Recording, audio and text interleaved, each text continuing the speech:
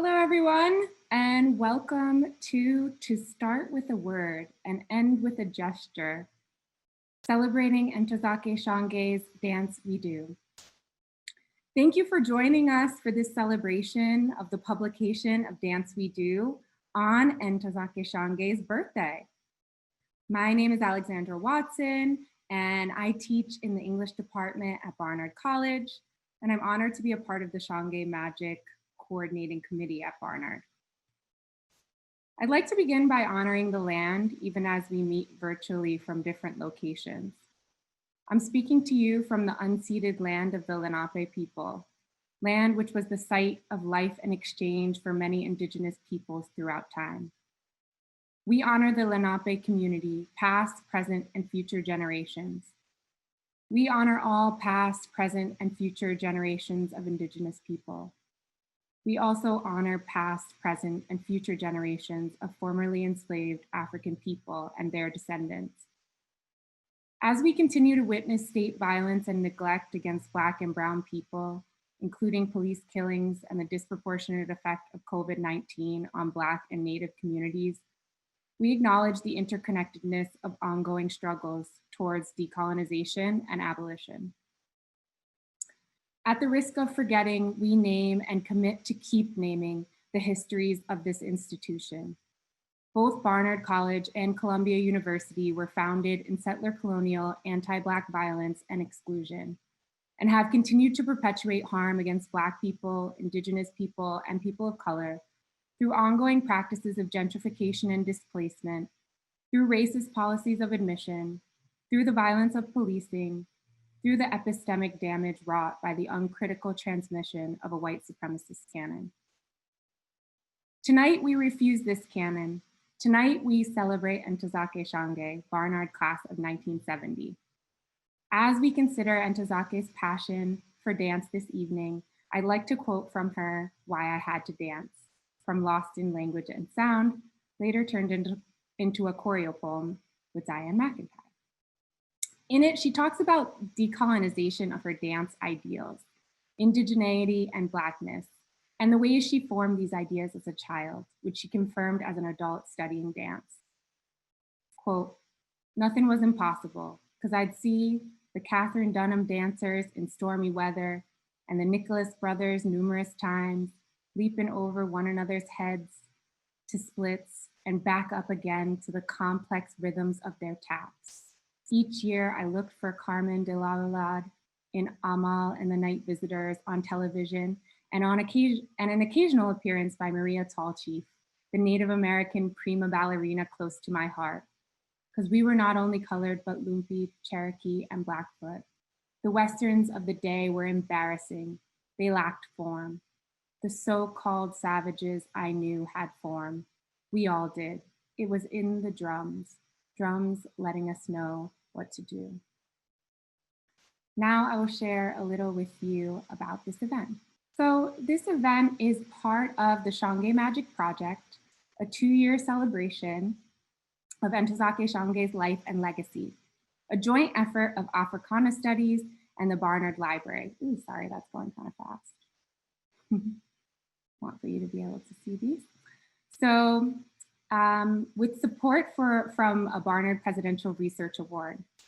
In 2013, the college celebrated the acquisition of Ntozake Shange's archive with a public symposium, faculty seminar, and a student showcase, The Worlds of Ntozake Shange.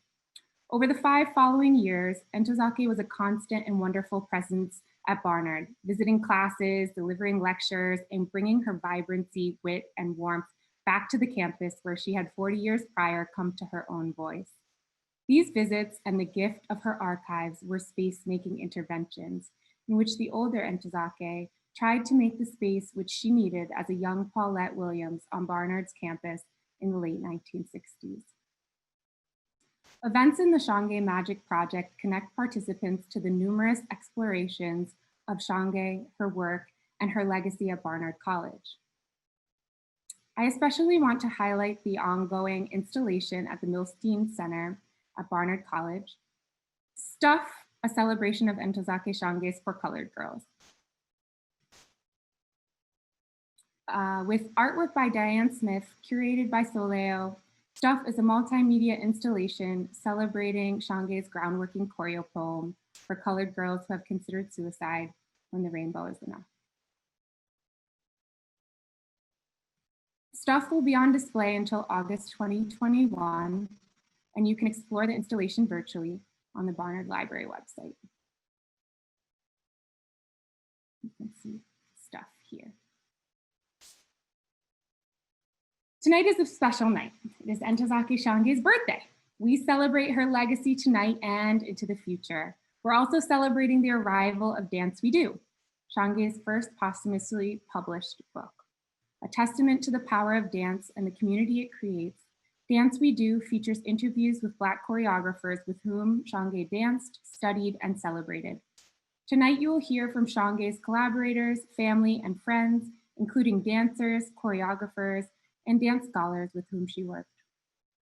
At the end of the session, there will be a question and answer session for participants.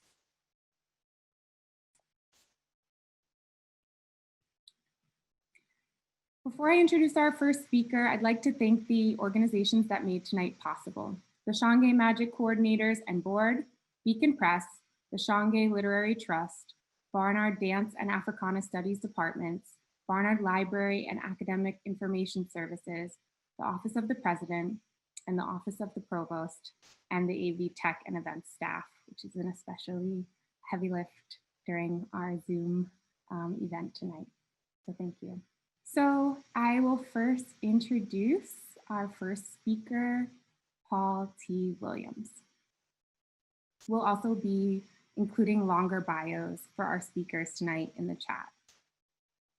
Paul T. Williams Jr., the brother of the late Ntozake Shange, has had a career as a lawyer and banker and served as the CEO of the New York State Dormitory Authority. Paul is currently the management trustee of the Ntozake Shange Trust. Please welcome Paul. Thank you, Alex, and hello to everyone. Again, my name is Paul T. Williams Jr. I am Ntozake Shange's only brother. I am also the management trustee of the Ntozake Shange Trust.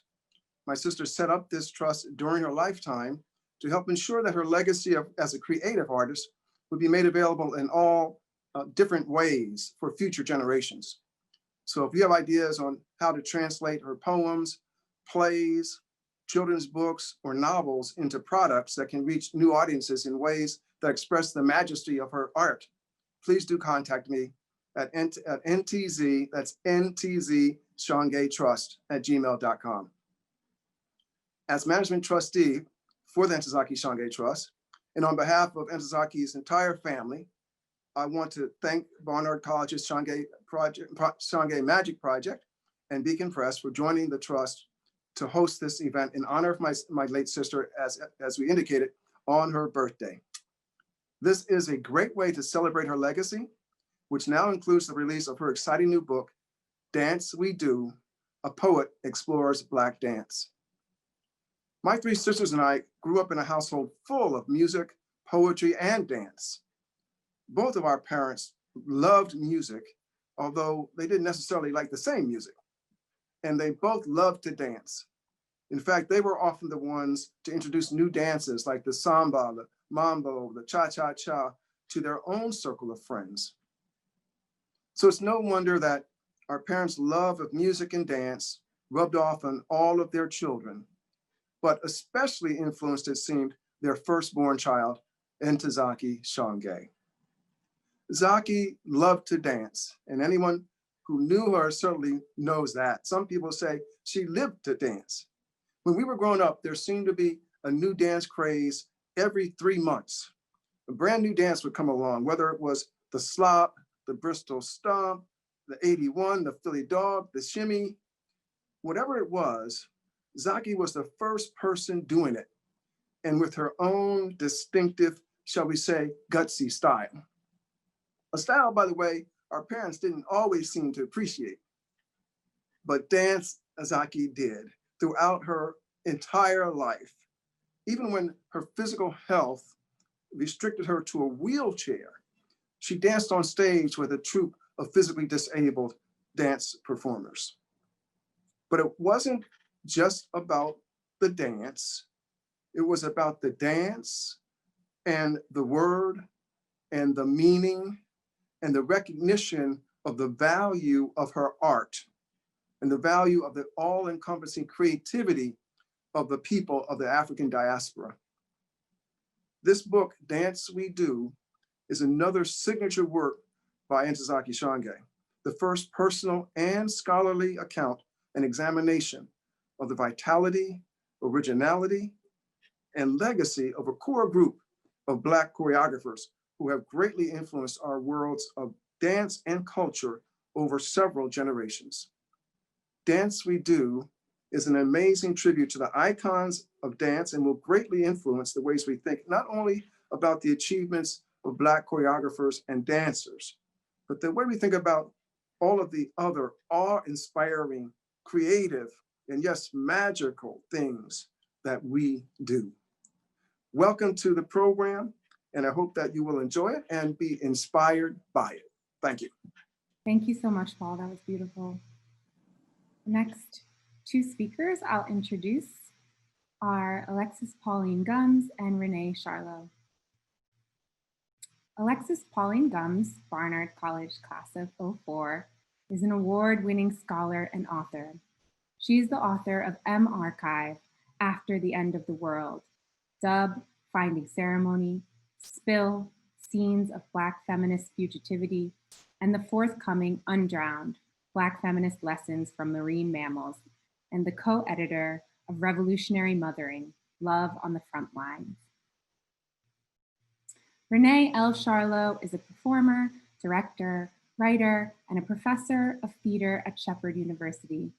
She was the personal assistant to Ntozake from 2014 to 2018. Please welcome Alexis and Renee. Hello. So grateful to be here today. My name is Alexis Pauline Gumbs, and as mentioned, I am so grateful to be literary advisor to the Shange Trust and a proud Barnard graduate. And today, Ntozake Shange's birthday and the release date of this powerful book also happens to be the 4th anniversary of my father's ascension date to becoming an ancestor. And it wasn't until today that I thought about how beautiful it is to be virtually back at Barnard in this moment. I have a beautiful memory of my father, Clyde Gumbs, and Ntozake Shange having lunch at a beautiful symposium at Barnard in her honor some years back. And so I am happy to be here in honor of both of them and making space for all of the ancestral presence that is with you, the people who you love, who you know would love to be here, and who you are honoring with your presence today. I'm so grateful to have had the opportunity to write the foreword to this exciting new book. And I just want to welcome you really through the lens of this quotation that I end the foreword with, which is from Ntozake Shange's elegy for Hector Lavoe, where she says, "Nosotros somos an army of marathon dancers, lovers, seekers, and collectors. We have never met an enemy we can't outlive." And I feel that that statement is as timely right now as it was when she initially wrote it. And so I just want to welcome the part of you that is this exact statement, especially in these times. Nosotros somos, the transnationality of who we are gathered here, who we are also ancestrally. And as an army of marathon dancers, I invite the embodied part of you that persists through everything that you have individually been through and what we have collectively been through, that you continue to be present in your body is a gift. I welcome the lover within you, that aspect of you that continues to choose love, openness, and connection, even in a climate of fear. I welcome the part of you that is a seeker, the curious part of you, the researcher, the part of you that always wants to learn something new and that will definitely learn something new today during this gathering, and the collector, the archivist aspect of you, the part of you that retains the memory and the material evidence of our resilience. And just to remind us all that though we are facing a lot, and we have faced a whole lot in a compressed period of time in this particular year, as Ntozake Shange says, we have never met an enemy we can't outlive. So for your own eternal life, for the eternal life of Ntozake Shange, I'm so, so happy that you have decided to be right here, right now. Thank you. And take it away, Renee. Thank you, Alexis. Greetings from the Contemporary American Theater Festival on the campus of Shepherd University, Shepherdstown, West Virginia. I'm performing in a production of Stories I Ain't Told Nobody Yet, of course, with COVID-19 safety protocol in place. So I will be quietly exiting this esteemed gathering early for a 6:40 call time and a 7 p.m. curtain. If you have specific questions for me, please feel free to reach out. Our hosts at Barnard have my contact info, and it's in my bio as well. I am honored and humbled to be a part of this important event. But first, I want to thank Barnard, Beacon, the Shange Williams family, the Shange Trust, Mr. Don Sutton, and all of the dancers profiled and mentioned in Dance We Do for following through as we work together to bring this project to life. Also, I would be remiss if I didn't say that there are dancers mentioned in my afterword, but not profiled with bios because we didn't get the opportunity to interview them before Ntozake's transition. I was Ntozake's assistant and friend from 2014 to 2018. I traveled with her and I went to a lot of places that I probably would have never actually seen. I remember we went to the Goodman Theater one time and they had a dinner. It was a dinner and a show. And they had her name on a placard and mine next to it. And I was like, wow, I've arrived. So that was just an amazing moment for me. It was an honor to work with her. So one of the ways I would help Ntozake would be with typing when her hands couldn't. And I remember one day she called me and I was driving down the street and she called, she said, guess what? Guess what? I just wrote a poem. And I pulled over to the side of the road because I knew how difficult it was for her to make this happen. And she had to take the pen and hold it like this to write. But she did that because she was so determined to write. That poem ended up being the poem about the Pulse nightclub shooting. And it's in her book, Wild Beauty. And when she told me she had written it, we both just cried because it was just so important to her to be able to constantly create. So when we would meet for equal parts of work and fun. And each time I arrived at her house, there was MSNBC playing and Pepsi being consumed. And those of you who know her know I am telling the truth. So I would sit and listen intently to her musings about life and dance and poetry. She'd tell a story about one of the Dianes or about Fred Benjamin with such zeal as she painted these pictures with her words. She was just like a wordsmith and she was just carving those words on the paper. And I was just in awe. And I would watch Ntozake mentally get in the zone. She would recall auditions, performances, and times with her fellow dancers as if they had just happened yesterday. So I would be so busy enjoying our conversations until I was missing important info. So at my daughter's suggestion, I began recording our sessions, and therefore I documented what was, as we know now, is the last few months of her time with us. Ntozake is uniquely able to be the voice of these stories because she danced, socialized, and grew with many of the performers profiled in Dance We Do. And this project was so important to her, and we worked on it diligently until her transition. We were scheduled to make a trip to interview dancers in early November, and she passed away in late October. She had a specific process where she would ask them questions that turned into very lovely conversations that I was just happy to be a part of. She worked dance, she lived it. She created her own genre. And I remember one day I said, "Why a choreo porn?" And she said, "Because I found a way to combine my two favorite things, poetry and dance." So I would hear the wonderful stories of her living life alongside these dancers. And some of those adventures were very noteworthy. And yes, ladies, I heard all the stories. So the things I want everyone to take away from this gathering are that this woman created in spite of several major health setbacks. When the odds were against her, she still found a way to create this beautiful book. Her mind and her wit were as sharp as ever, and she was determined to make it happen. I remember when we interviewed Halifu, who's on with us today, and we interviewed Camille Brown, and I was just happy just to be in the room. And while the two of them just talked and like old friends, and it was just a wonderful experience.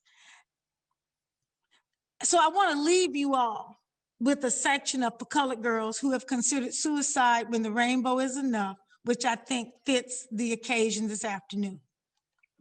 We got to dance to keep from crying. We got to dance to keep from dying. So come on, come on. Hold your head like it was a ruby sapphire. I'm a poet who writes in English. Come to share this world with you. Come to share this world with you. We come here to be dancing, to be dancing, to be dancing. Bye. Thank you, Ntozake, for this and for all of your creative work. Rest peacefully, Queen. Ashe. And I have one last thing I must share. This was taken at the last birthday that she and I were together at the National Harbor in Washington, D.C. So happy birthday, Ntozake. Rest in power. Thank you. Thank you so much, Renee and Alexis. It's really beautiful to hear your reflections and to feel Sake's presence with us this evening. And I just love this photo, these photos. And I'm happy that we'll also have a chance to hear Sake's voice in the video that I'm going to share. So in September 2018, Ntozake Shange returned to Barnard to deliver the inaugural Louis Ezekoye lecture in Africana Studies. She read from a text which later formed the basis of Dance We Do. I'll now share a clip from that lecture. I saw signs around today when I was walking in that said diaspora and movement. And I said, oh my God, who's doing that? Because I didn't have a title for what I was doing. I have a title, but it's not diaspora and movement.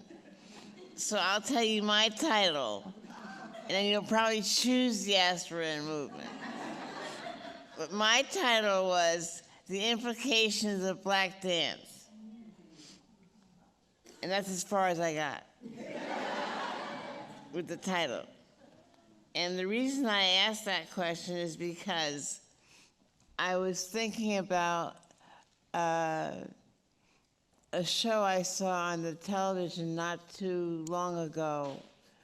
It was of young hip-hop artists talking about their craft. And they were going on and on about what the role of the Black artist was. I said, oh my God, we've been answering that since Charles Chestnut. And I said, Langston Hughes had to answer that. Zora Hurston had to answer that. Leroy Jones had to answer that. I've had to answer that. The role of the Negro as an artist and as a provocateur. The role of the Negro in the country would be a good question. but I'm not going to do that. That was an aside. The Black people have been singing and dancing ever since we got here. We have been associated with singing and dancing and entertaining white people since we got here. We were enslaved to entertain white people and work the fields. To realize one has a body and to feel that body in motion, flying, stomping, sweating, sliding, turning, cascading in somersaults, or crossing the floor in a grand chassé or grand battements is to know freedom. I discovered my body late in life for a dancer, but I have been dancing all of my life. Whatever Black people did with our behinds and our feet, I tried since I could walk. My mother said I took after my great Aunt Marie, who cut off her tresses in the roaring 20s and wore patent leather shoes to a funeral that shocked Augusta, Georgia. I just wiggled and shamed everybody, just like Marie. I could have been hers. But it was Katherine Dunham and her exquisite care for the Black body that saved me from my wildness and the arbitrary forms of Black vernacular dance that came so easily to all of us, but left no trace of our history from one generation to the next. From Haiti to Detroit, the Black people danced. Dunham found a technique in our movement. She found our discipline that we had never named in our limbs, in our feet, in our necks, in our torsos.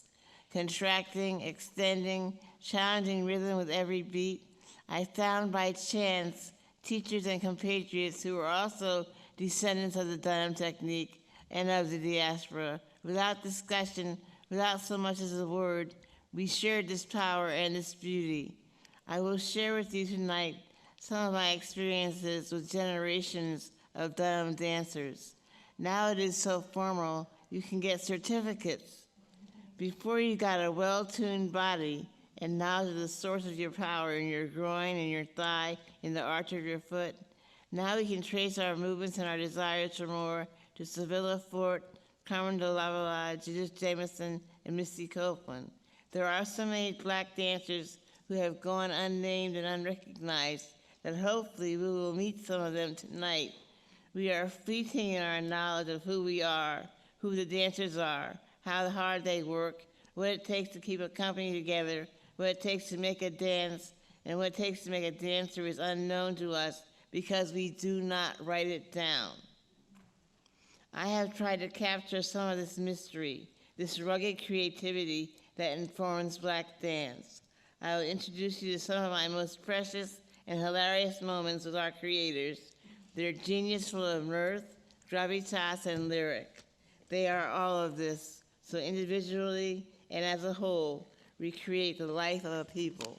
I will now have the honor of introducing the moderator and panelists for tonight's discussion.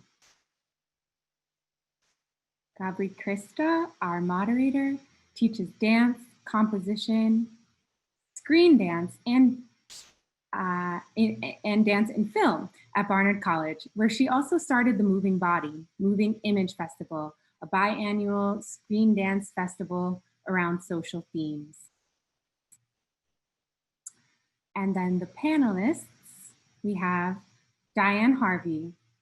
Diane Harvey is a dance educator at both Princeton and Hofstra Universities, choreographer, movement director, performing artist, and founding member of Forces of Nature Dance Theater. Most recently, the Lincoln Center Library Dance Division paid tribute to her long career by including her participation in the Dance Oral History Project and the afternoon video sharing program The Dance Historian is in. Diane McIntyre is a dancer, choreographer, and director whose Harlem-based company, Sounds in Motion, was founded in 1972 and who creates works for concert dance, Broadway, and regional theater. Halifu Osumare is a dancer, choreographer, teacher, administrator, and scholar. She is Professor Emerita of African American and African Studies at the University of California, Davis, and has written 2 books on global hip hop and a memoir, Dancing in Blackness. So please welcome our moderator and panelists. Good evening, good afternoon. I am beyond honored and thrilled to be here with everybody and to hold space, virtual space, for everybody here, but also for this amazing panel and these inspiring mentors and teachers. I come to you from Staten Island, land of the Lenape people. And I can't wait to share these incredible women with you, because I feel I'm sharing them with you. We had this amazing conversation yesterday already, and I just know that you will be inspired by their words, by their wisdom. The time we have will not be enough, I promise you. You will want more. But here we go. We've made a little order for today. And so what we want to start with today is a few statements. And we're going to start with Halifu. Thank you, Gabri. I am so honored to be here to celebrate Ntozake Shange's birthday. I am a dear friend. I'm a collaborator. I am one of her early dance teachers. And I really feel that the way in which she began to explore the idea of the word and movement as a dialogue together in her unique form called choreo poetry was nurtured here in the San Francisco, Oakland Bay Area on the West Coast before she went back to her East Coast origins.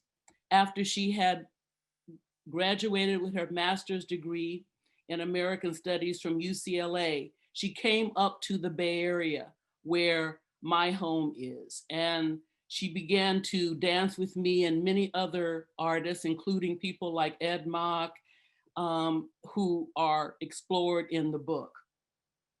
I want to share some of those early 70s experiences in dance that I had with Ntozake so that people can see the way in which she was nurtured by the San Francisco, Oakland Bay Area, the Black arts movement and the Black power movement that was very essential during the early 70s. So I'm going to share my screen with some photographs from that era. I can get it together. It's all right. It's just a conversation. Yeah. As we said yesterday. Okay.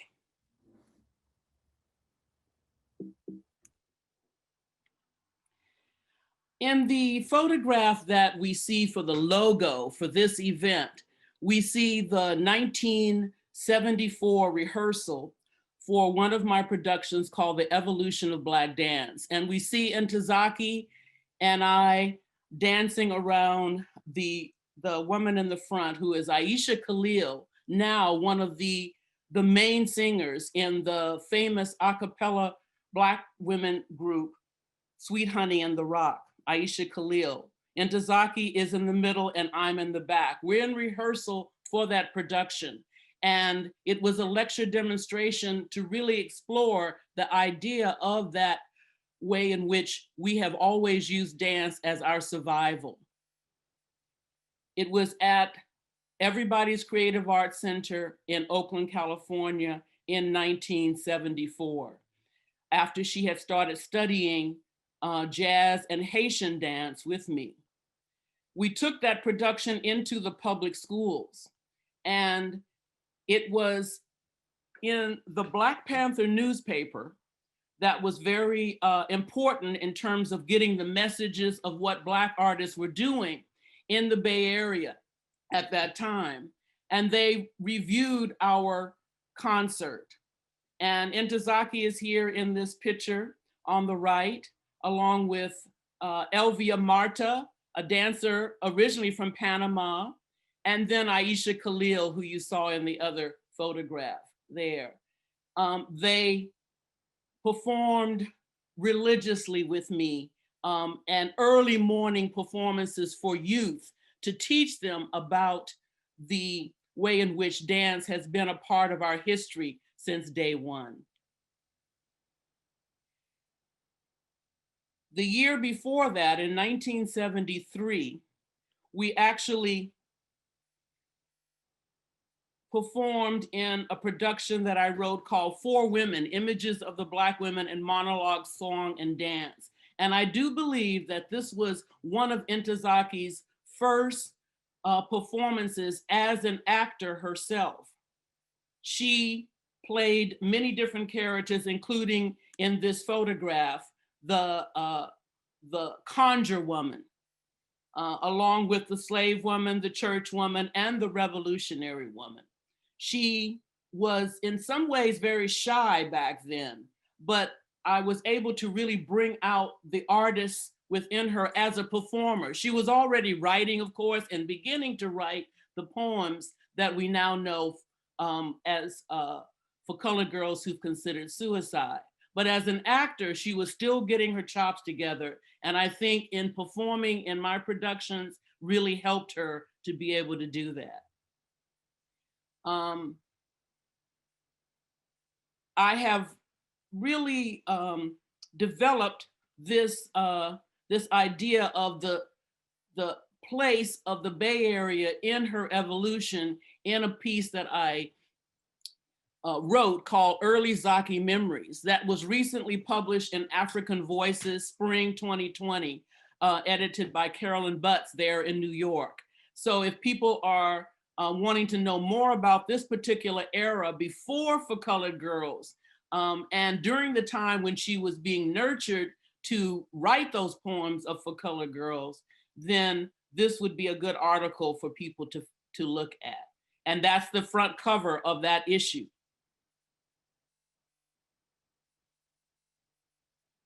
The last time I saw Zaki was in May 18th, 2018 at Hunter College. Dr. Webster, Carol Marie Webster, had put together a book tour for me, and we contacted Zaki. Renee Charlot helped her to get there, and you see us in a joint book reading in this picture at our signing when she was doing Wild Beauty. She had just published it, and I had just published Dancing in Blackness. This was a grand reunion between us, friends and colleagues, and it was extremely important for both of us. And it was the last time that I saw her, 5 months before she made her transition. So this is just a way in which I can share with her audience about the place of the Bay Area in her early development. I was dancing and improvising to her poetry. She was studying with me and working with many other artists and musicians in the Bay Area because it was a flourishing time for the Black arts, coming out of the Black arts movement. So I just want to say, happy birthday, Zaki. Thank you. That's so beautiful and so incredibly important for us to know this history. And I thank you so much for sharing that. Really amazing. You're welcome. I love the pictures and I can't wait to read that article as well. And I'm going to ask Diane Harvey to also share a little bit. And happy birthday, Zaki, and happy merry unbirthday to all of us. I'm going to jump forward in time to actually the book launch of Wild Beauty. So this is actually my second book launch for Ntozake, or Zaki as I always called her. This book launch happened at the Nuyorican Poetry Cafe. She called me about a week before and gave me my marching orders. I pushed back a little bit because at that point it was my birthday and I really wasn't sure that I wanted to go through the drama of whatever it was going to be.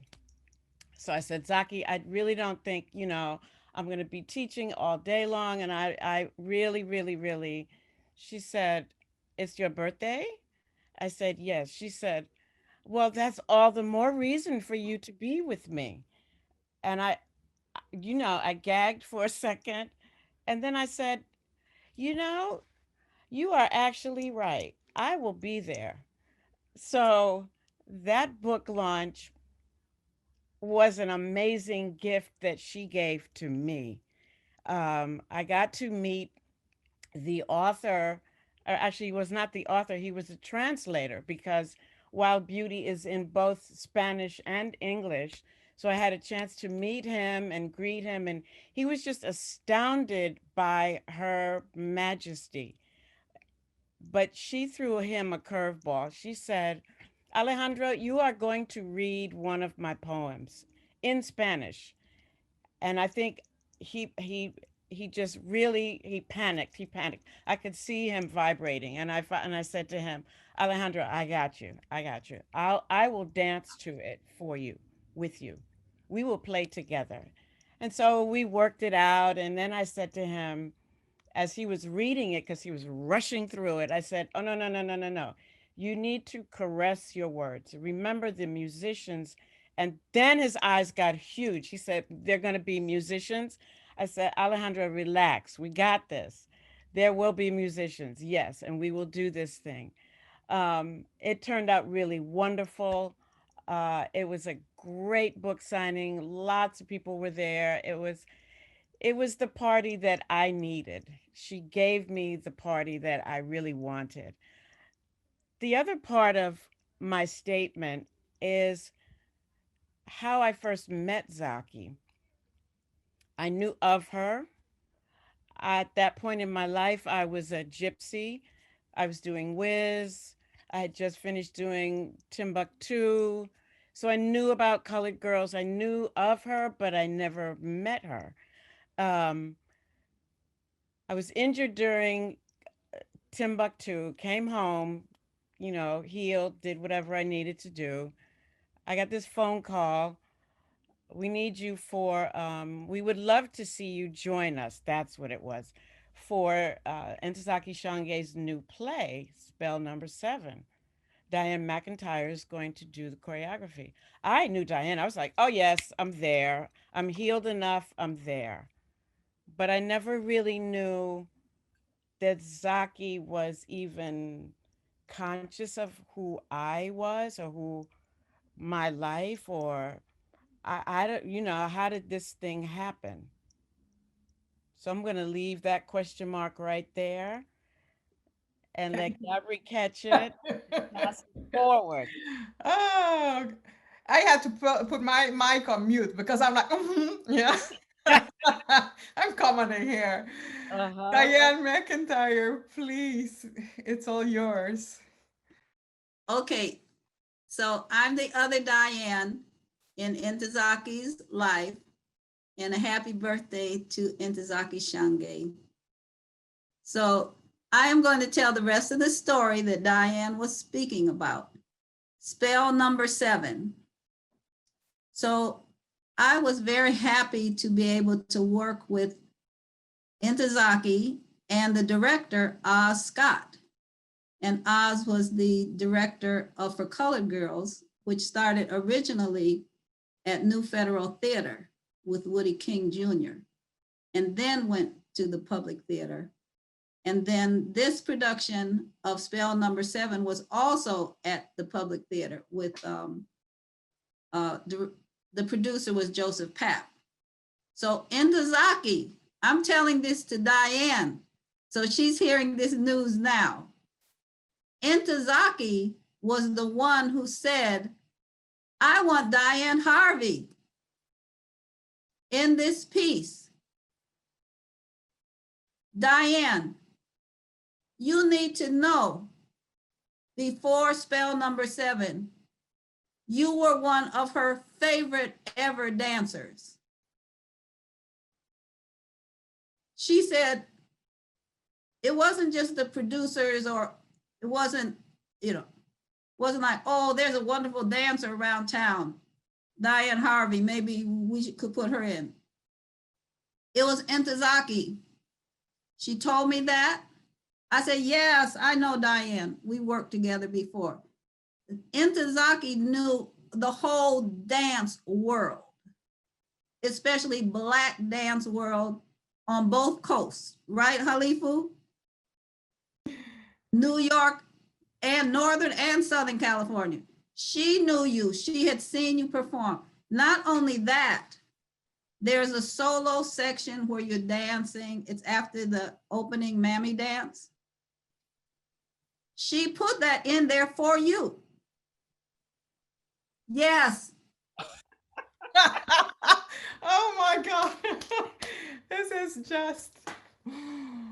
Oh, oh. That dance wasn't like, oh, here's a script and now there's a dance right here. Let's see who's gonna do that dance. No, that section was created for you. Mm. Just you by yourself. And I believe Avery Brooks was speaking the poem at that time. So there's everyone, that's revelation for Diane Harvey right now, 2020. What an honor. What an honor. What a gift. What a gift. Wow. After, and for those historians, spell number 7 was 1979. Right. It ran at the Public Theater for a year. And it was also performed in San Francisco at the Lorraine Hansberry Theater. She came to the premiere and I choreographed it. All That's right. Yes. And that was about 1984. Okay. Well, one thing I wanted to tell everybody now that Halifu, your production probably had white girls in it, didn't it? The poem, maybe. You mean the poem. The poem is. You mean spell number 7? Yes, there was a poem. Okay, there was a poem in the original workshop of spell number 7. I don't know the exact name, but the first line is something like, by the actor, who of course was Mary Alice, brilliant. Opening line is something like, "Oh, I think today I'll be a white girl." Ah, yes. Be a white girl. And fling my hair. Fling my hair. Well, for your information, Halifu, You had to cut it. placed it in the script forever. However, for the actual performance at the Public Theater, the producer asked that it be omitted. So during that long run of For Colored Girls, that long run of spell number 7, it was not included. So, but she included it in the script so that forever will go on and be in there. Well, I'm telling, in the Bay Area, nobody would have gone for it being eliminated. Well, We were revolutionary. Yes, Yes. I know. The thing is that those of us who were part of the original team and the original cast, there was a 3-week Previews. it was previews. We didn't know how was the piece going to work without It, yeah. it, because the people were lined up because they had heard about that poem. Just like people have been lined up at Henry Street, New Federal Theater, see For Colored Girls in spell number 7. 4 or 5 years later, people lined up to see that poem. So now all the people who are in this call, now they could go look up spell number 7. Well, that just goes to show you how much she was oftentimes before her time and before Yes. what a lot of people were ready for. Yeah, Yes. and that's what we talked about, and even this book, right? Because this book really is about Black dance. It's about all of you. It's an homage to all of you, to Diane Halif. She interviews you. She loves Black dance and has been unapologetically Black and a Black woman. Yes. For her, Black lives always mattered. Yes. And There you go. a role model for so many people. And so what was interesting to read is how much she loved and revered all of you, how you were her mentors. Can you talk about maybe one thing that really made a lasting impression on you? Because for her in this book, you are the mentor. How was she your mentor? Well, I'll start. Okay. if you don't mind. Go right ahead. She was, what I learned from Zaki and what she inspired me to be is more open and vulnerable as an individual. You know, I was revolutionary. I was all about the collective. I was all about our people, but she showed me how to make the personal political, how to open up and show my true self and my own personal vulnerability as a Black woman, because that's what she was doing in her poems. And I, as I would be performing and dancing oftentimes in bars where she was doing her readings, I got a more of a sense of how I could be a fuller Black woman by being vulnerable and opening myself up and showing who I was as an individual. And that was invaluable to me. And it really took me to another level of my artistry. I think what she shared with me, the other gift that she gave me was the art of improvisation. I think that because of the training that I chose for myself as a little girl, I wanted to be a ballerina.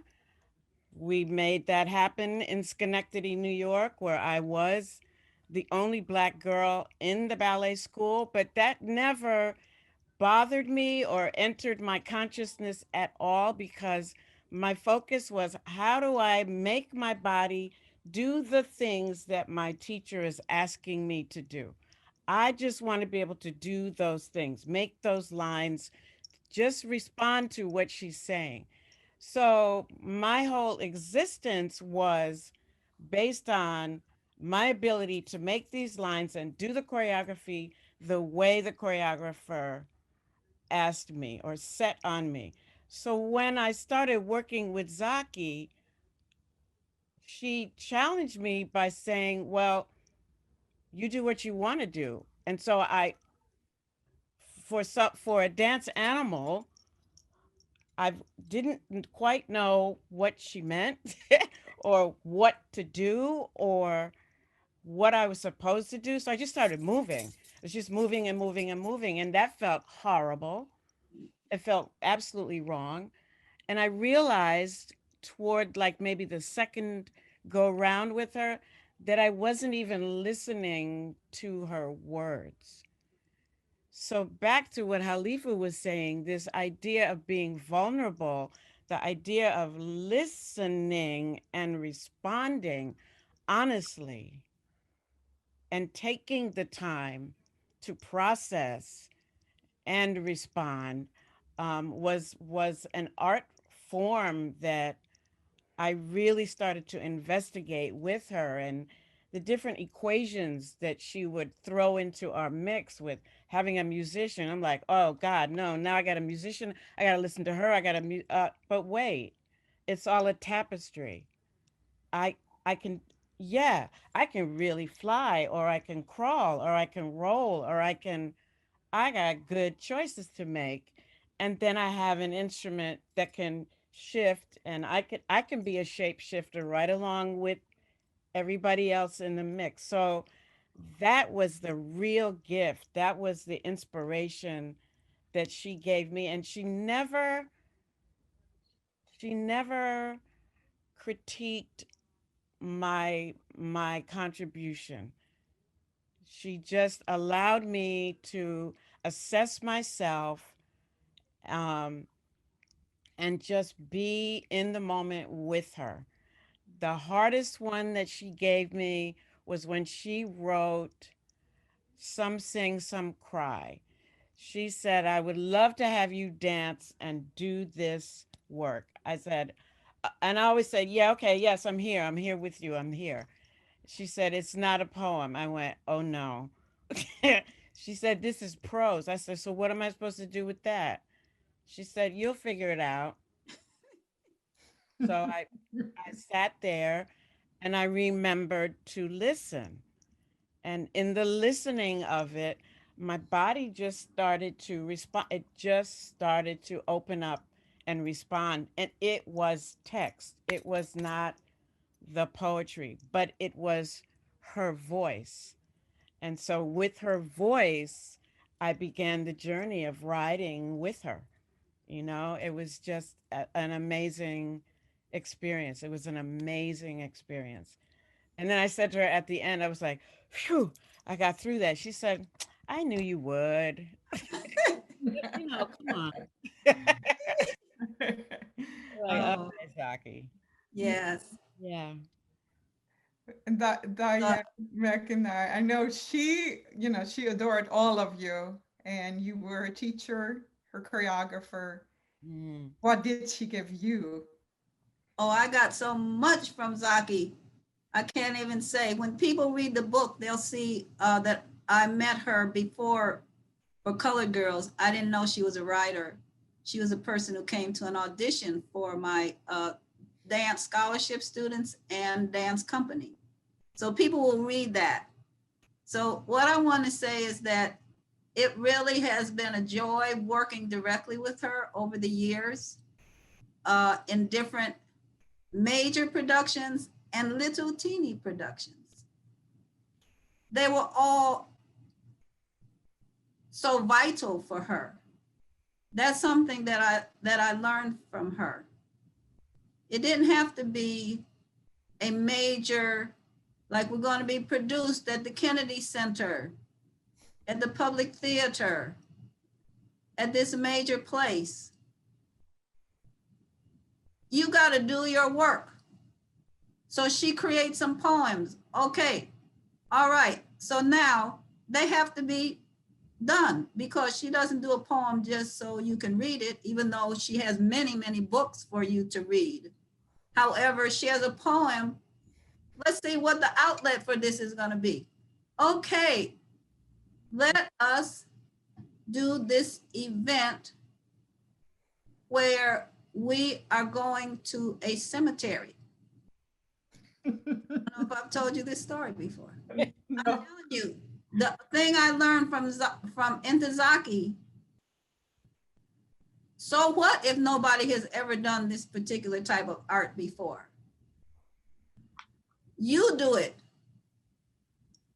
I mean, that is the thing that I had a friend, a colleague who just went for it, and that rubbed off on me. Just go for it. Mm-hmm. So what? You never seen this particular type of, dance music, da-da-da. Just go for it. Okay, so maybe somebody did that in 1902. Okay, well, we weren't there, but let's do it new now. Mm-hmm. So did projects on a bridge, in a cemetery, that she wrote special poems for what she felt was a enslaved people's cemetery. We went there with her students from Florida. This was a journey, and I got to see her as a professor there. We got to the cemetery. It was all overgrown, had old headstones. It was out in the country in Florida, not owned by anybody that we felt. And we started doing these dances. So she was dancing then too. And I had choreographed what she would do. I was choreographed. Some of the students were choreographed. Yes, in a cemetery. It was being filmed, videotaped. There was no audience, but the people who were the staff. And I then- love it. So science. And the cemetery, and I guess I don't want to say it, but it was felt. It was a spirit.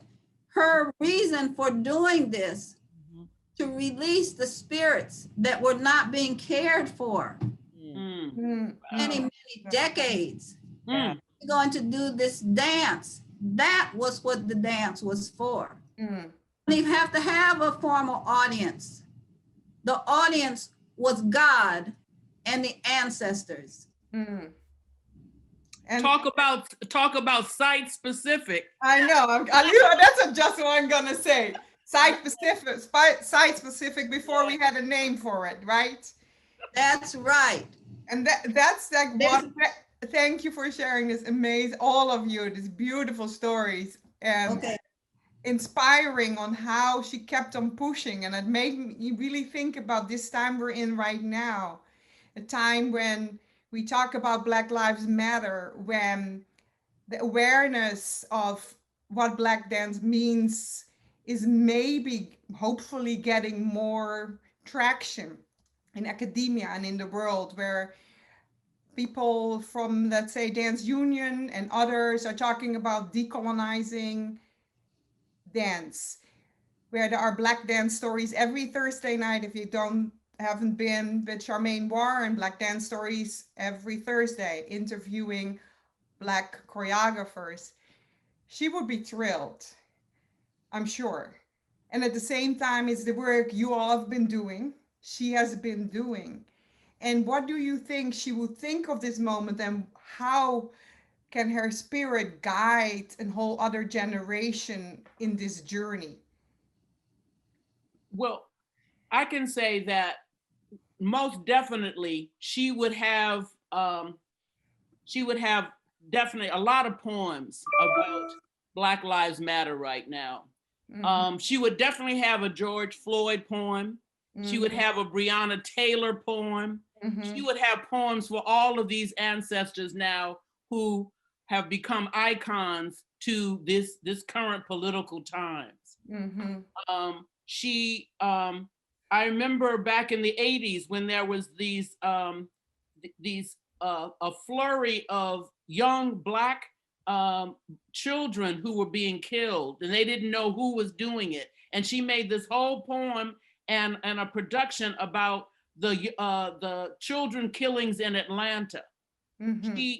She was always staying up with what was going on politically, and she was commenting on it at all times. So she would be giving poetry readings about Black Lives Matter and putting it into a whole other level and context based on what she has been saying all of her life. Right. Yeah. And then we talk about decolonizing. For her, she decolonized her own body. There's this part in the book, this before the quote Alexis used. It says, in segregated America, this meant very little. Our music, our dance, and our visual arts were considered natural gifts, not craft, or a complicated rethinking of the possibilities of sound and the body. And I fell for it. It took me years to undo this horrible stereotype construct. And then she found all of you and danced and liberated herself. And that really struck me. And even reading it, it gives me goosebumps, right? Just but she did that. And then it never was even anything. She lived her authentic self. And I love what you say, that she would do that. Does any Diane, Yes. do you think her advice would be for people now who are feeling the same? Yeah, I ran across something when I was kind of doing a little bit of research actually about Spell 7. And a critic made a comment about how her writing seemed to be anti literary. Oh, no. Right. But wait a minute. So her Yeah, answer. so she makes a response, right? She said, I have to fix my tool to my needs. I have to take it apart to the bone so that the malignancies fall away, leaving us a space to literally create our own image. And I said, okay, that's it. That's it. That's it. We have to continually recreate our images and settle in them not recreate them just because every day I want to be something new, but let us be who we are. Let us be as the young people are saying, unapologetically Black. Let us be, as we say at the end of Spell 7, let us be colored and love it. Love being colored every day into eternity. And so this movement, I know, is tickling her. I know she is tickled with this.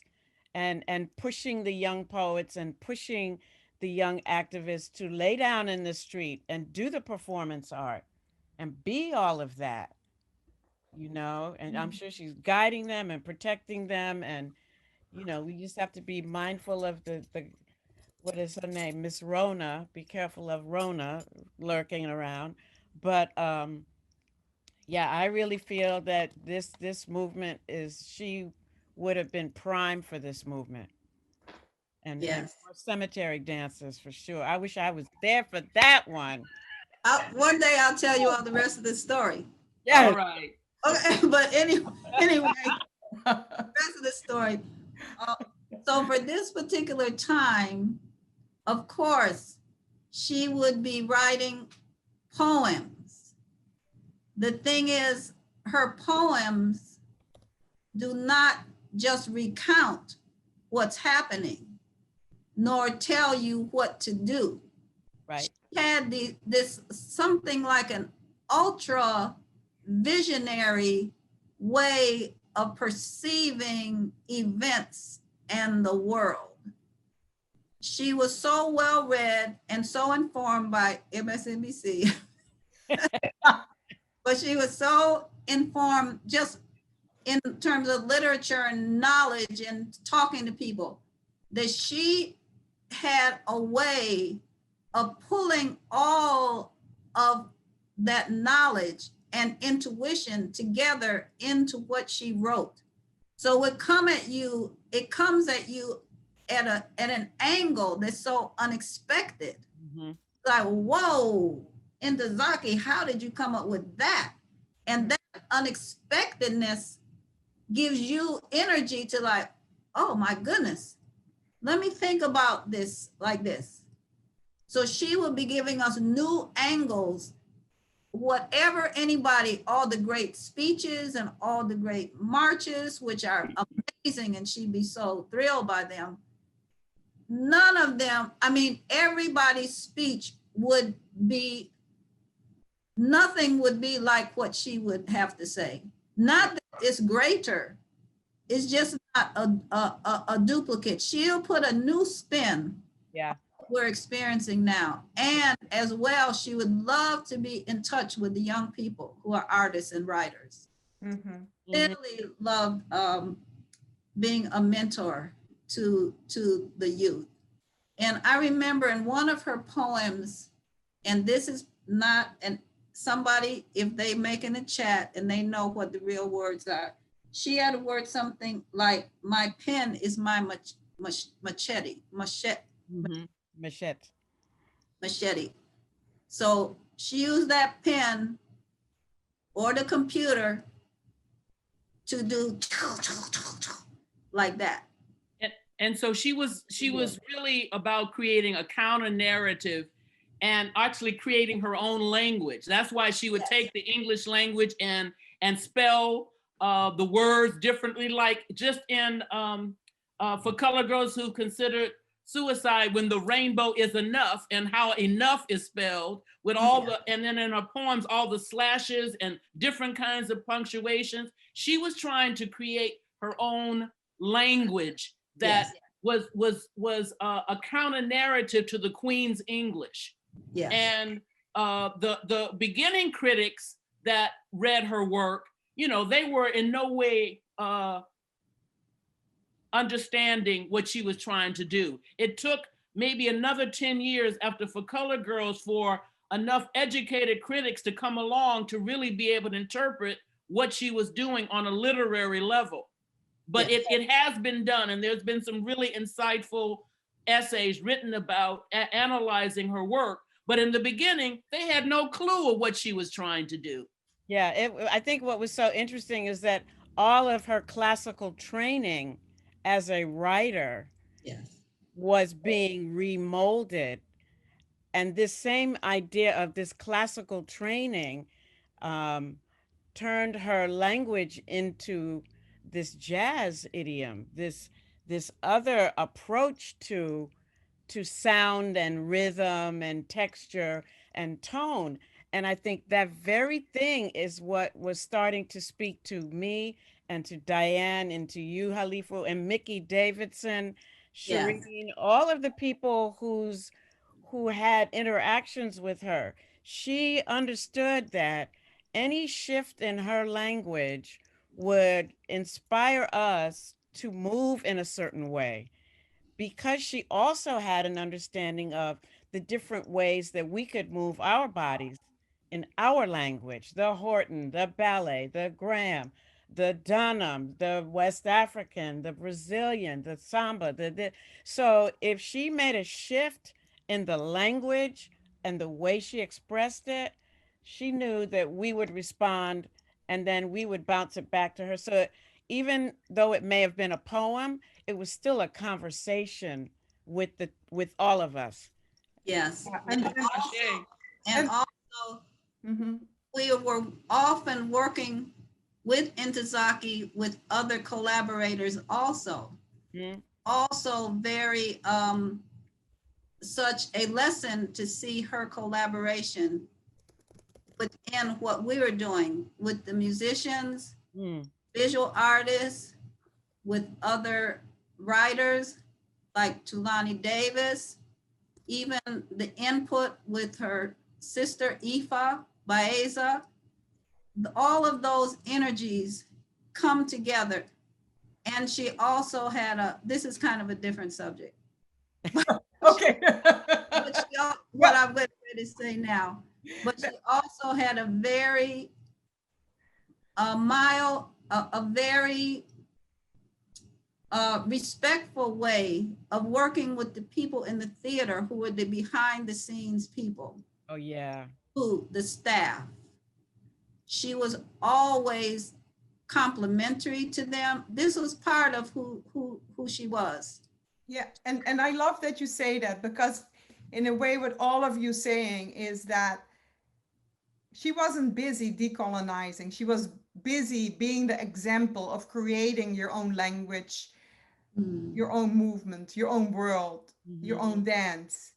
And that's her, I think, what she would give right now, besides the poems, Lifu, that you say she would make for Black Lives Matter. She was doing all those because she's busy making and being a maker. Yes. Right. And that's profound, without asking anybody for permission or without trying to convince anyone of the importance of her work. She just had to do this work. And I think that's powerful. And I think that just dawned on me, right? Just like listening to you, I was like, that's exactly what she would be doing and telling us right now to be doing. Just make the work, do the work, be all about it. And then the question that occurs to me, what did she want to do with the book? Because we're here for the book, and I think about Black dance, how many amazing choreographers and dancers there are that are not recognized, that she started to recognize in this book. So what do you think the next step would have to be for the book and for the history of Black dance? And I have to say, African diaspora dance, we talked about this yesterday, right? How she was part of the global African diaspora, how there is Spanish in her language, how her faith was so important. And maybe Alifa, you can talk about that a little bit more, about her faith and the Santeria and the Yoruba, and how that was in her work as well. And you want us to talk about what the book, where the book can. Yeah, so those are two questions.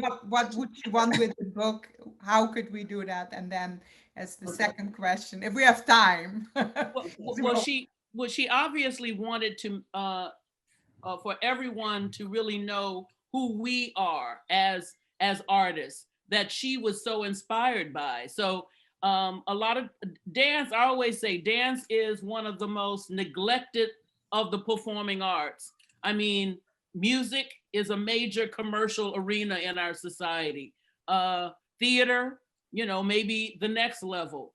Dance is always seen as the stepchild within a lot of the the performing arts arena. And so I think that Zaki really wanted the general public and the general dance world to really know who these artists were, some of whom have big names like Diane McIntyre and Diane Harvey, and others who a lot of people don't know their names, and that they should be known and recognized because they were great artists, and they were not necessarily in New York, which is the center for dance. So I think that she did a great service by including just those people who inspired her, no matter what their notoriety was, but in fact, they were true artists who made her who she was. Yeah, Yes. beautiful, beautiful. Thank you for sharing that. Yeah, I think that's amazing and speaks to her following her voice, her heart. Yes. Definitely, yeah. I feel the book, in the world of academia. I can't even count all the departments, but say in all dance departments across the country and the world, it should be in all the women's studies departments, all the theater departments, all the all of the, what else? Studies. Of course, all the Black studies. Right, Black studies. All the Black studies department, all the American history studies. Okay, all the, whatever combines all of the peoples of African descent departments. And besides that, it should go in academia, should be like that. And then the general public.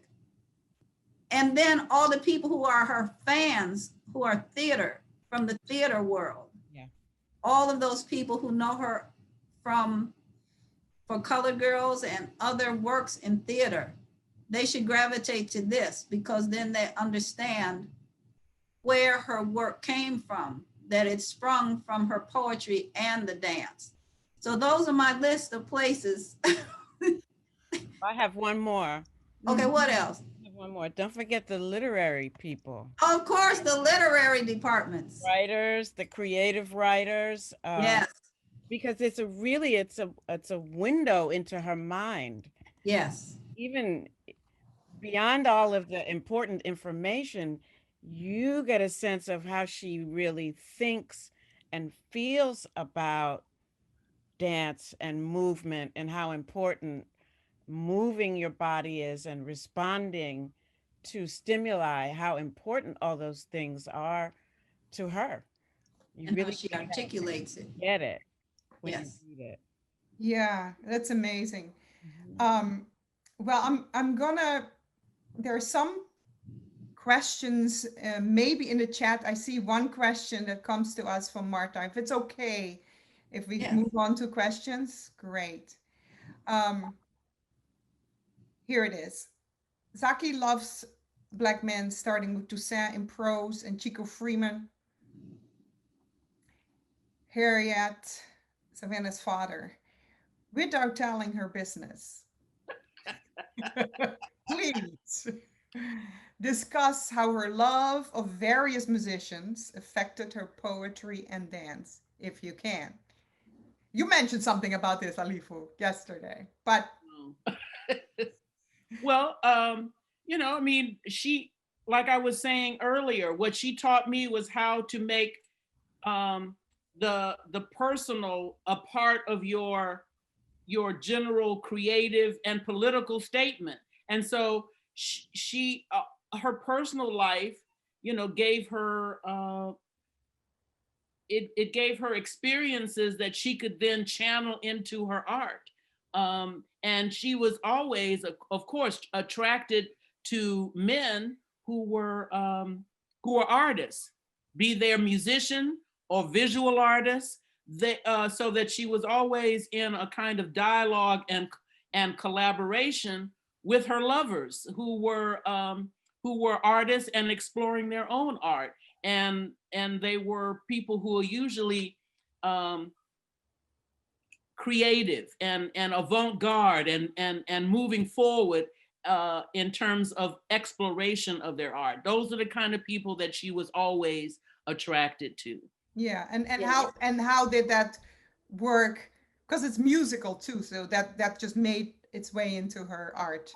You'll say. Yes, Yeah. and she worked with the music also. Mm-hmm.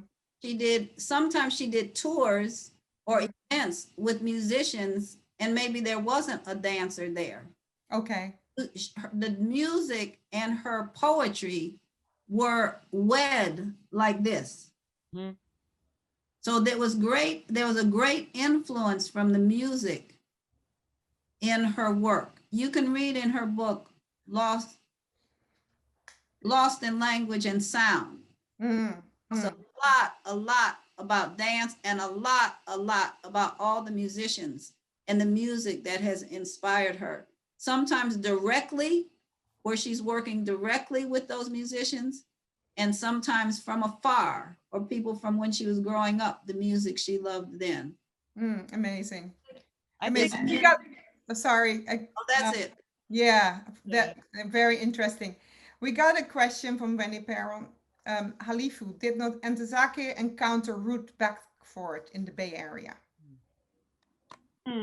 That's a very good question. I know that she was aware of Miss Beckford. Miss Beckford was my first teacher of Dunham technique, and she was the connection to Catherine Dunham on the West Coast.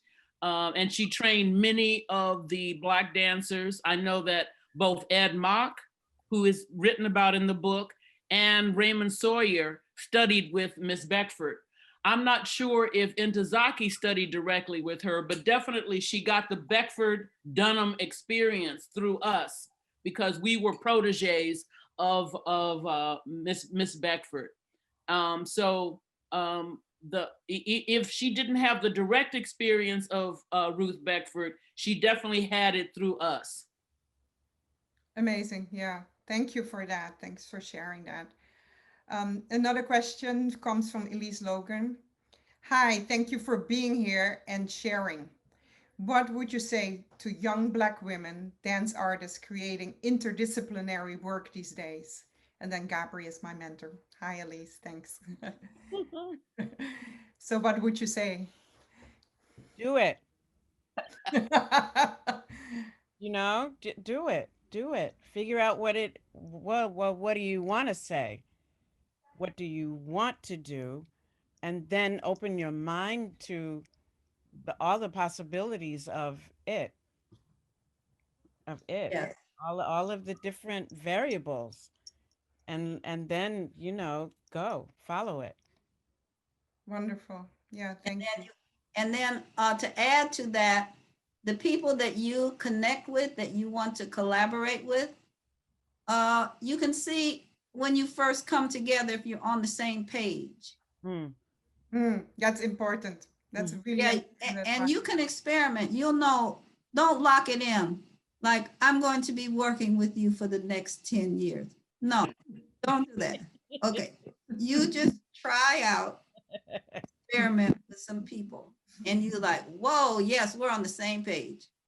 Then you can move forward. Do it like Diane says.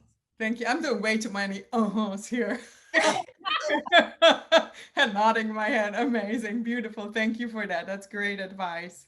From Charmaine Warren.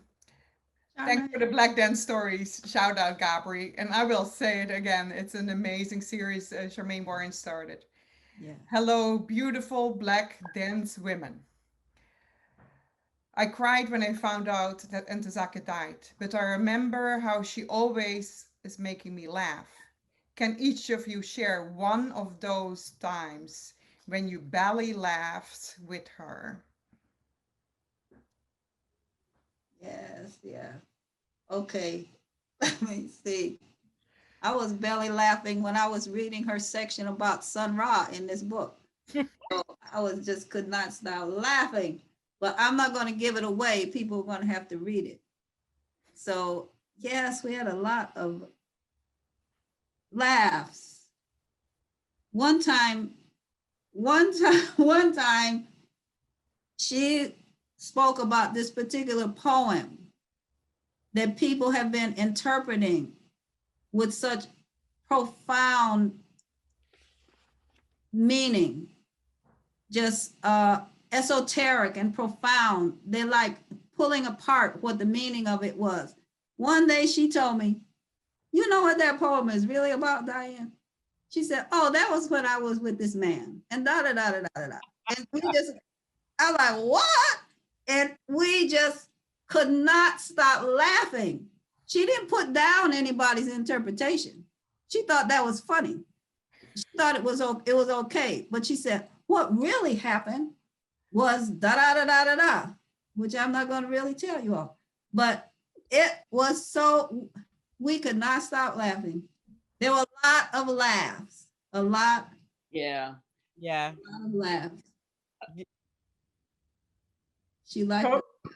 Okay, I'll just do a little quick anecdote. Zaki had a sense of humor that could just bring an audience to, you know, to a belly laugh that they could never stop.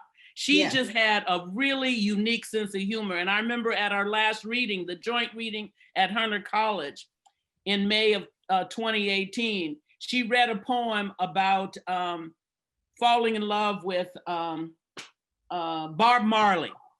Okay. And it's in Wild Beauty. And there's so much humor in it about, you know, if she was to be his lover, what she would do, that, you know, the whole audience just, I mean, from this whole serious thing of us reading our books, they just went into this belly laugh, the whole audience. And it was just incredible. She just had a sense of humor that she not only could do extemporaneously while she was doing her readings and talking to the audience, but she also put that humor into her poetry. Yes. Mm-hmm. She was funny. Let me see. My most recent belly laugh with her was when she was actually interviewing me about Elio Pomare, whose birthday is actually Tuesday. So the two ancestors, they are, you know, they're having a good old time. She said to me, she called me Diane. What about Elio's drum? Elio would teach with that horrible modern dance drum. It looked like, you know, that horrible drum. And we both started laughing on the phone because we were talking on the phone. I said, Zaki, he played that drum for your class? She said, yes. Then we laughed some more about the drum itself. And then I told her, you know, when I started teaching, I went and I bought one of those drums so I could be like Elio, beating the drum for students. And then she cracked up about that. Then she said, but wait a minute.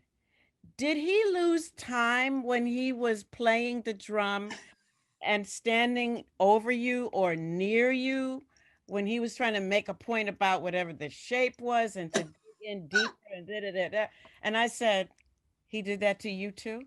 She said, yes. She said, I can't believe he did that to you though. I said, no, I wasn't special, Zaki. I was not special. He was on everybody's tail playing that horrible drum. And yes, he did lose time.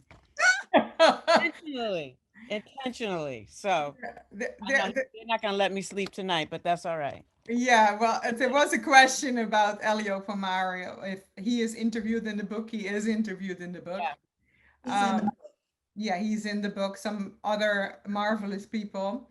And let's see what the question is. I think you ask, in addition to a relationship working with you, I'll talk about Zaki's relationship with other choreographers of the Black arts movement, like Elio. Talk about. Yeah, she also worked with George Faison. Yes. Right. Because George did a production of Betsy Brown and McCarter Theater, and he also choreographed for Colored Girls at Center Stage in Baltimore, and then brought that production to New York City as well. The American Place. Yes. And it was special because George wanted an intergenerational for Colored Girls. He didn't want all of the cast to be young people. So there were women who were in it who didn't have a chance to be in it when they were younger. but they got to be in that production of George. Right. I Mm. remember Novella Nelson was in it. Yes. Yeah. And you know, my friend Dr. Linda Goodrich, who has she's directed several For Colored Girls productions in Sacramento through Celebration Arts. She had a whole production of For Colored Girls with women over 50. Nice. Nice. And that was a real revelation in itself, because you know, older women, we're gonna bring a lot to the table. Yes. With those poems. Yes. I will, yes. That's, Yeah, yes. so shout out to Linda for you know, for doing that. All women over 50. Amazing. I love that. Yeah. And there are many women around the world who have choreographed her works. Oh yeah. So we can't name all of them. They are just amazing choreographers internationally who choreographed Ntozake's work. Right. Yeah. And many, she had relationships who, for the person asking the question, relationship with many choreographers, including young ones like Camille Brown, Davaloy, Varen. Yes. She really kept up to date and was a supporter of dance. And as she says, she really is promoting Black dance because she wants people to know how much it takes to have a company, to do the rehearsals, to keep going and keep creating. And so that's really clear in the book as well. Yes. Really beautiful. Yes, she wanted to know the younger choreographers too. Yes, absolutely. And fortunately, she has two of them, Camille and Develos. Develos, yes. Yes, beautiful. Absolutely, and then those are beautiful. Let me see, there's another question in here from Ellie. Thank you for this, Ellie Hisama. Thank you for this wonderful discussion. I think of these words from her volume, Lost in Language and Sound. As colorful and colored as we were, our world was defined in black and white. Does anyone on the panel know if she knew the composer and musician Julius Eastman or his 1973 composition titled Colors? His piece is for 14 women, with each voice identified by color. Shange and Eastman both use many of the same colors. I'm teaching a graduate seminar on Eastman at Columbia, and I've wondered about any interconnectedness between Shange and Eastman. Thank you. I'm not going to answer that, but I think Halifu, you might want to talk about the colors now. Well, I don't know that particular composer, but you know the colors. How? Right. You know, in For Colored Girls, you know, there are no character names. They're all lady in red, lady in blue, lady in red, lady in yellow, brown, and Ntozake was very much involved with the Yoruba Santeria religion, and those many of those colors relate to specific female deities within the pantheon. Yellow is for Oshun, the goddess of dance and love. In red is usually Oya, the goddess of the winds of change. Blue is Yamaya, the mother of the ocean. So she was really trying to make these women almost like archetypes of these of the spirit of women themselves. And I think the use of colors, as opposed to giving each one of the women a specific name, really elevated the meaning that she had behind the whole structure of For Colored Girls. And people can do more research to look at the meanings behind those colors and what they mean for African peoples in terms of our cosmology and the way we see the world and the universe. Yeah, thank you. Yeah, and then that's why I referred it to you, because when you were talking about the colors and where it comes from, you know, maybe that composer has the same inspiration and follows the Yoruba tradition. We don't know. There are a lot of questions. Charmaine, if you're still listening, can you write the link to your Black dance stories? There's a question about it. So if you can share that, or anybody can please share in the chat or in the Q&A the link to Black Dance Stories, which is every Thursday. There's a question about that. Okay, so from Vida, Diane, would you share a little about her work with you? Which Diane is this though? Oh, this is Diane McIntyre.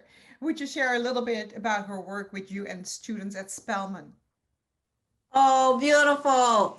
Okay, so in 2016, in 2015 and 16, I was a guest professor at Spelman College in Atlanta. And I did a final presentation with the students in the spring of 2016. And within that project, I wanted Ntozake to be our guest artist. And so Zaki came to Spelman. She was there for a week and a half. It was glorious. It was glorious because she became inside. She was inside of the piece with the students. So they got to be with her every day during rehearsal. And she did 2 of her poems that flowed inside of their particular pieces, which were all stories of their lives as young people. And all was dance. It was a choreo poem. It was a choreo poem. So here you have the original creator of the choreo poem. They were in heaven. They'll never be the same. And we also had a wonderful talk for the student body there with Aku Kadogo, who is the head of the theater, chair of the theater department there at Spelman. And Aku was in the original production of For Colored Girls. She and Zaki met at my studio at Sounds in Motion. She helped with this beautiful talk that we had with Ntozake there. And we talked about that era in time back in the 70s. And it was just an ecstatic event. She was there the whole week. All the people on campus knew her. Yes. Oh, beautiful. Thank you. Yes. That's amazing. All these stories are amazing. Thank you. Yeah, It brings me in the choreo poem, and there is a question about choreo from Aya Walker. Should we as dance artists / scholars be thinking about choreo poetry as part of the curriculum in higher ed and or high school dance ed curriculum? Well, Yeah. well, I'll take a stab at that. That's my daughter, by the way. Hello. Okay. She's in Tennessee. Just got her first tenure track position as assistant professor in dance. Oh, Right. And I would say yes, we need more interdisciplinary work across fields. Dance, theater, oftentimes are together, even though within that same department, the theater people and the dance people are not necessarily communicating that with each other. And definitely people who are in literature and English, who have poets and novelists within those departments, they're not communicating with the performing arts. So as much as we can do to try to create in the 21st century more interdisciplinary work, it is very important, because within academia, departments need to collaborate and talk to each other, create research projects together. That's what Zaki was all about. Yeah, they would have more resources, number one, and they would have more visibility, and people would be much more open and much more inclusive and diverse, the 2 magic words, just in terms of their thinking. I'm at Princeton, and I was looking at some proposals for specific scholarship grants, and one of the proposals said this very thing about making the choreo poem an actual literary and theatrical movement project, a project, a product, a part of the department. And I was like, okay, now we are talking. But we can't forget the visual artists, because Zaki was consumed with the visual arts as well. And then for some weird reason on these college campuses, music just kind of isolates itself unless you you have to run after them and pull them in. And then usually once they're in, they love it. But it's not like it's something that's in the front of their consciousness. Yes. And you know why? That's because it's Western oriented, it's European oriented, where the arts are all separated, Right. you know, and the more that they look at other cultural forms of music, the more they're going to see that they need dance, they need theater, and we all need to be talking to each other and collaborating on these campuses. Yeah. Yes. Yeah. Yeah. Yeah, absolutely. Yes, thank you. Oh, wow. Okay, there are some more questions. Here we go. Okay. um, Minutes. okay, so from Charles Wallace. Let me see if I Charles. Hey, Yeah. Charles. Yay. Firstly, happy birthday to Miss Shange. Yeah, he was in a brilliant piece we did with Zaki. Go on. Secondly, hello to my two favorite lady Dianes in the world. It seems that you are all kindred spirits as it relates to your approach to making art. I suppose at times there were disagreements on how to proceed in the creative process. How would they be resolved? Ooh. Ooh. Does he mean with Ntozake? I think he Yes, that's must, what- but maybe it's more of something In general. in general in the creative process, how it can be resolved, or specifically maybe to Ntozake, if you can speak about it. I know she played a lot, right? There's play, but Well, I'm thinking related to Ntozake.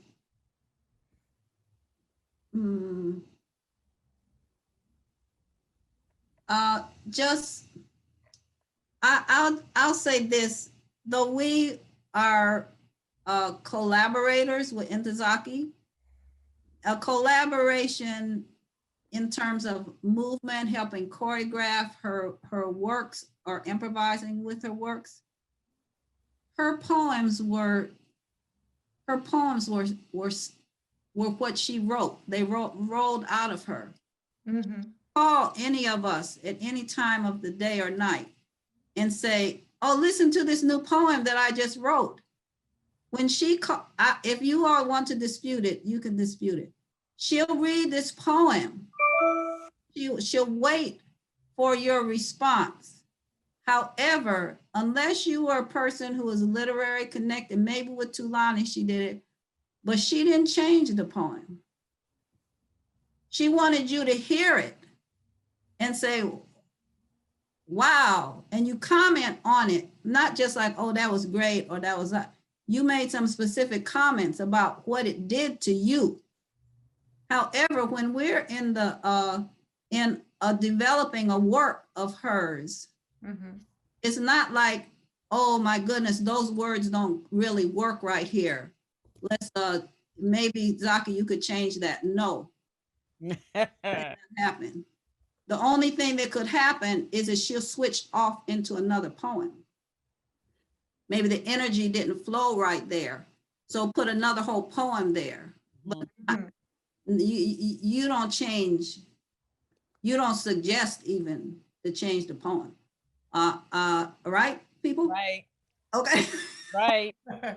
Because, So, it lived in its entirety within her consciousness. yes. You know, and on the other side of that, she would not ask us to shift anything that we have created in either in response to what she was doing or separate. She would never ask us to shift anything internally. She would never do that.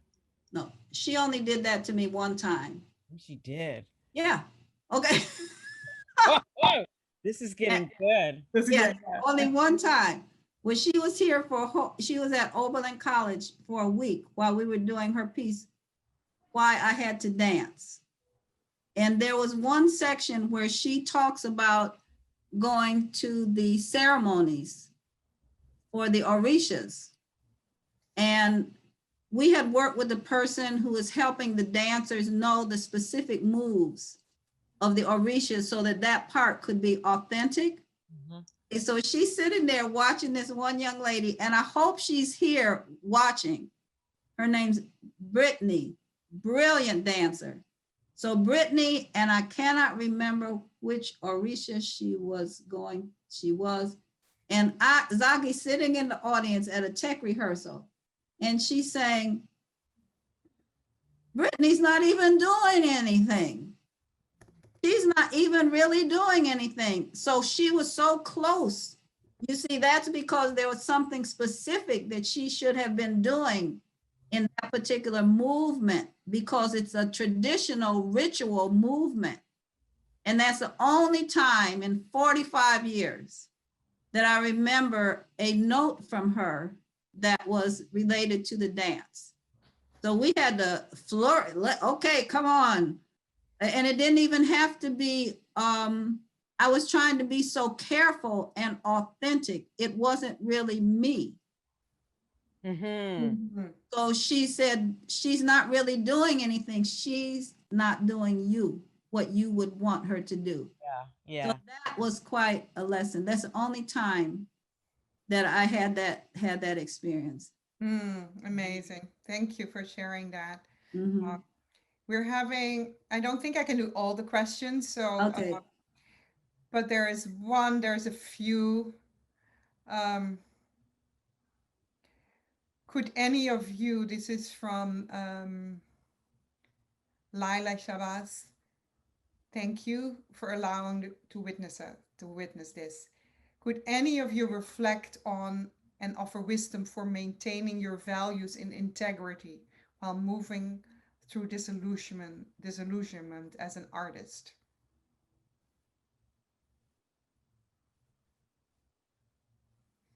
Any of you? Or Where's Holly? Where's Yeah, Holly? I think that disillusionment is a part of the growth process itself. And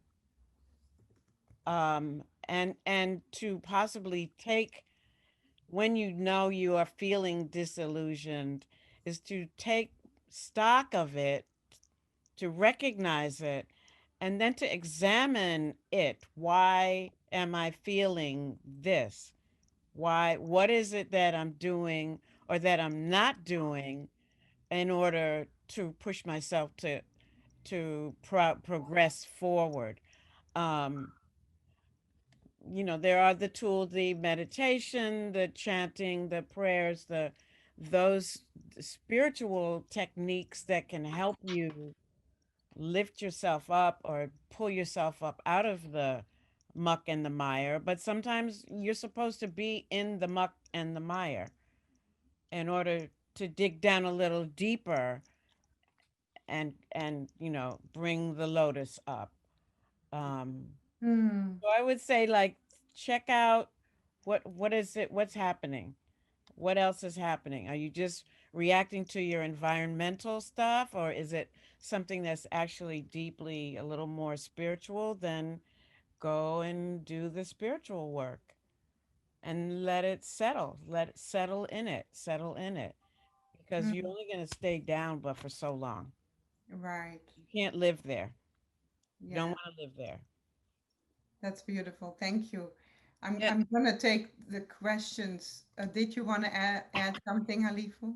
I just want to add one little coda to that, and that's it. We learn so much from our challenges, oftentimes more than from our joys and our triumphs.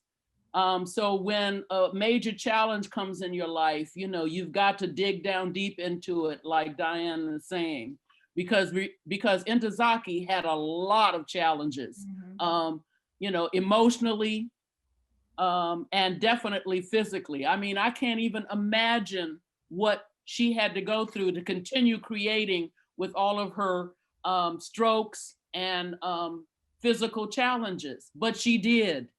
And so that should be an inspiration to everybody. It's amazing. And I'm gonna thank you so much for that. I'm gonna take one last question because we're gonna have to stop. But it is a follow-up, I think, perfectly with what we're talking about now. From Sophie Klingang. Sorry if I don't say the name right. This has been incredible. Thank you all. I'm wondering if you could speak about Ntozake's self and community care practices. She did so much incredible work, and I'm curious about the support and collaborations that went into that. So that's more about community care practices. Well, I'll speak to the self-care because I was the recipient of many phone calls. Diane, I want to get on this new diet. Well, what do you think I should eat? What do you think I should not eat? How do I rearrange this? And how do I change my physical body? How do I heal my physical body as I go through my therapy? And then I would get reports that the diet worked, that diet didn't work, or the idea of thinking about what I'm doing rather than just barreling through exercises. I mean, so I was grateful to offer suggestions to her. So when you're in your communities, there are people who are healers who are probably in your midst. You just need to figure out who they are and just kind of, bug them. Call them up at 3 o'clock in the morning and find out what that is, I mean, I do remember having those conversations with her for quite a while, a couple of years. We just went through back and forth through that. So Yes. Yeah, amazing. Thank you. I could add just one thing to that. She was always aware that she had to continue her spiritual quest, and she would seek as an initiated priestess myself. She would often call and ask me to do prayers and rituals for her. And when in 2006, she was back in the Bay Area living in Oakland, and she was aware that she needed almost like a baptism, and she asked me to take her to some water and do some work with her in the water. So we went to Lake Temescal, and I did what I do, and she felt that it really helped her. So that's an example of her seeking out someone that she knew that could help her and taking advantage of those who had expertise in that area. Okay, and one last thing I want to add to that, because I know we're finishing up, is that her cell phone was a great companion for her because she was talking to people who would support her or she could support all the time. So for people in different areas of her moving forward, she could just press on their name. Her community was also in the most recent years were on her phone. And she just tapped into one of those dear friends. She had a lot of dear friends, and each of those friends helped support her in unique ways, in their own unique ways, as she supported us just by her presence and her words. Thank you so much. Well, thank you. That was beautiful. And I think we come to the end. I want to say to all the audience members, if we did not get to your question, we will copy it and the responses so our esteemed panel can read your comments. I saw some shout outs as well, so we know that you were here. Thank you for sharing this virtual space with us. Thank you, Barnard, Alexis, Paul, Marta, Monica, Miller, for inviting me to moderate this. What an honor, what a gift to be with these amazing ladies and share a memory of Ntozake and celebrate her birthday and celebrate the book. Many more books to come, I'm sure. Thank you. Do we have a last gesture before we close out and go? I think this is the one. And I wish we could see us other all. It ends with a gesture. So for now, I want to give the last word to Diane, and Halifu. Thank you. Or the gesture. I know you got your gesture. What is your gesture, Halifu? It's a spiral upward. Spiral upward. Thank you. Diane. this Wave, the wave, the up, wave. down, balance. Diane McIntyre, do you have a gesture to finish with? Yes. Mm-hmm. Thank you. I felt that, and I felt all of it, and I felt the spirit. Thank you so much for sharing, allowing me to be in your presence and sharing your wisdom. Thank you so much to the audience. Thank you for being with us tonight once again. And everyone who made this possible. Thank you, thank you, thank you. Stay safe. Dance.